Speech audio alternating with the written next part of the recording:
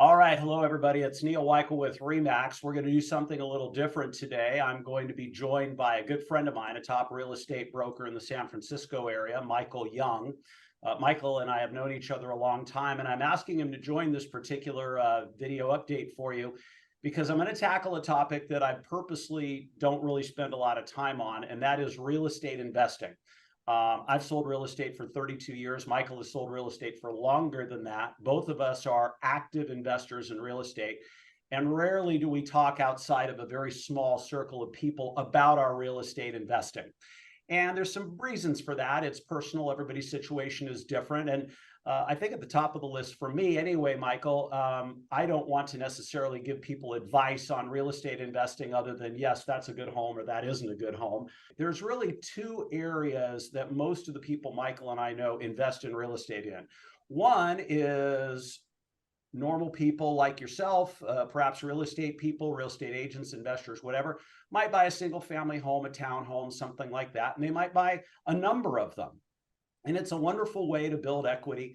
They're interested in building appreciation. They're interested in some tax benefits, perhaps, but they like the idea of real estate being part of their investment portfolio.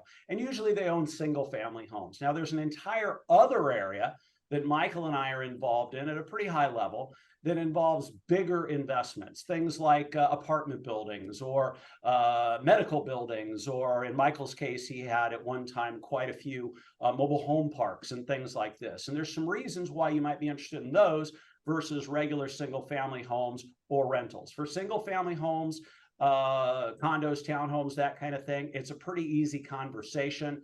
For the other types of properties, it's a little different. So I'm going to kick this off and say, good afternoon, Michael. Thank you for joining. Always a pleasure, Neil. Good afternoon. My pleasure. And you spend a lot of time, more than anybody I know, studying real estate, especially big multifamily projects, the market in general, what's happening with the cost of money, investment trends. I mean, you're very well versed in all of this. Other than future appreciation, what are the main things that you look for in a real estate investment? There's 8 things, and I wrote them down before because I thought you might ask this question. I think if I had known this 40 years ago, it would have helped me quite a bit. So in my experience, here's what I personally look for. Number one, of course, is cash flow.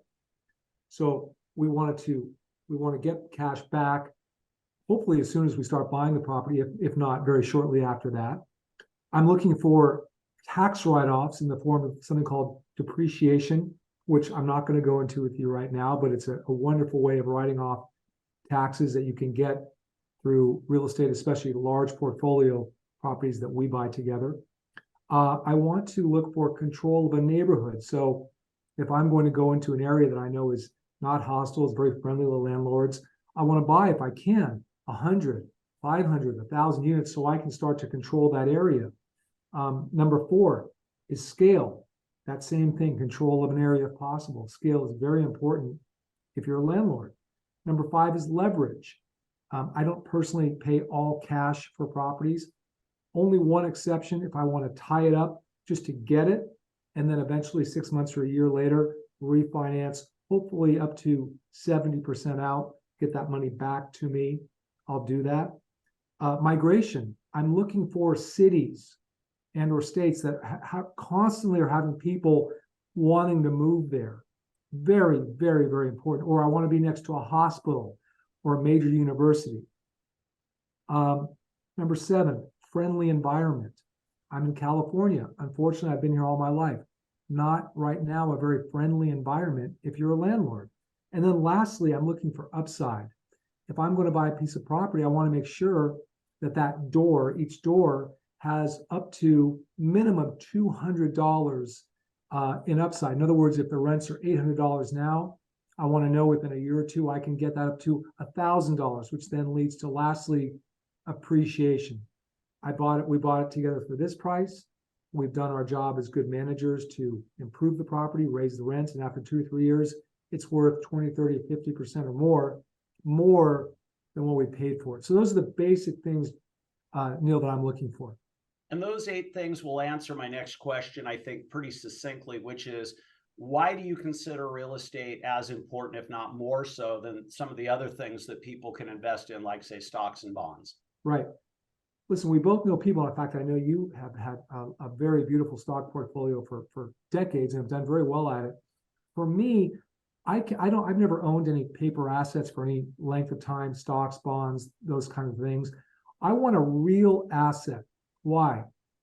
Because I'm going to get from that asset, which I cannot get all these things at one time from stocks that I know of, cash flow, tax write-offs, control of areas, scale, leverage, all those things that I talked about initially.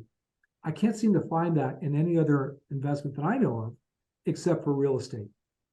Yeah, and especially for some of our high net worth clients that have high incomes, the write-offs in some of the larger projects, because of the way the rules allow you to write off all in year one some of these expenses against your income, it can be really a solid way to go.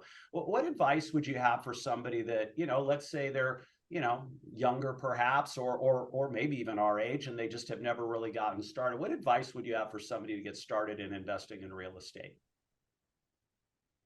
Well, if you're going to do it on your own, which I'm not saying is the right thing to do, but if you're doing it on your own, start small. Start with a condominium or a house or a duplex or something where, if you really don't know what you're doing yet, and you want to get your feet wet, you want to start small so you don't get involved in something really large on your own and maybe lose the property or have a terrible experience. If you want to bypass that and learn while you go along, you can partner up with somebody. And certainly if they have decades of experience and have done it, many times and have been through thousands of units, or at least hundreds and hundreds of units, and be part of their syndication or some sort of partnership, that's another way to go too, which I think is great. But it has to be the right scenario. It's important that whoever you partner up with, they have skin in the game. If they make a mistake, they're going to get hurt as much or worse than you. Yep. That's really important for me personally. That's just a personal thing that I look for. One of the reasons I wanted to do this video, one of the things that I've noticed is a lot more people in syndication, which is where somebody who wants to get started and says, hey, I've only got, $50,000, let's say, which is a lot of money, but in the real estate world, it really isn't. You can be part of something where you can learn, observe, watch, have some of the tax benefits, whatever your percentage of that investment is, and of course see cash flow. Michael and I are products of the 70s, and when he signs his emails, he says peace, love, and cash flow. So that's how he signs off. So you get a little insight into my good friend Michael Young. Okay, if you're interested in this, talk to people you know and trust. Take your time, do your diligence. Know who you're getting involved in. And to your earlier point about looking at those 8 things, pick areas that have high upside, right? Or that appear to. The demographics work for you, right? Yeah. Not an area that maybe could be riskier and perhaps wouldn't have, some of the things that you hope to see in terms of return on investment or future appreciation, right? Yeah, I think Warren Buffett said it best. I'd rather get buy a property or a company, a great company at a fair price, than buy a fair company at a great price. There you go. So you're most likely, when you get into what you and I do, you're not going to steal anything. What you might do, if you've done your homework properly, is you might get a property, which we've done many times now, that is sold to you by a very sophisticated seller, and they're moving on to something else. But they've left on the table $300, $500 in appreciation, and the chance to upgrade the property, take it from a C level to a B level, and that is extremely profitable. So again, we're not looking to steal anything. We're just looking for opportunities that make sense in the right area at the right time with the right debt structure, and then and go from there. But nothing's ever guaranteed. I think people will understand what we're talking about, and I think at the end of the day, also understand to maybe plus on your point. This is not a short-term thing. This is typically a long-term thing. It doesn't mean that you won't refinance and pull money out to put into another investment, But if you're buying properly, these are things you might hold for 5 years, 10 years, 15 years, longer, pass along to your families, et cetera. All right. Well, terrific, Michael. I really appreciate you taking the time. You and I talk about this kind of stuff all the time. I find I'm getting asked about it more often. And what I would say to anybody watching this is, if you have questions, whether it's, hey, I just want to buy something for me and my family, or I want to maybe look at something small like a duplex or a triplex, or tell me a little bit more about this syndication. Where do I get more information? How do I find out, where I might be able to learn a little bit more about, the tax benefits, as well as obviously cash flow and some of the other things? Just reach out to me. I'll point you in the right direction and hopefully be of some help to you. Michael, thank you for your time. My pleasure. Thank you.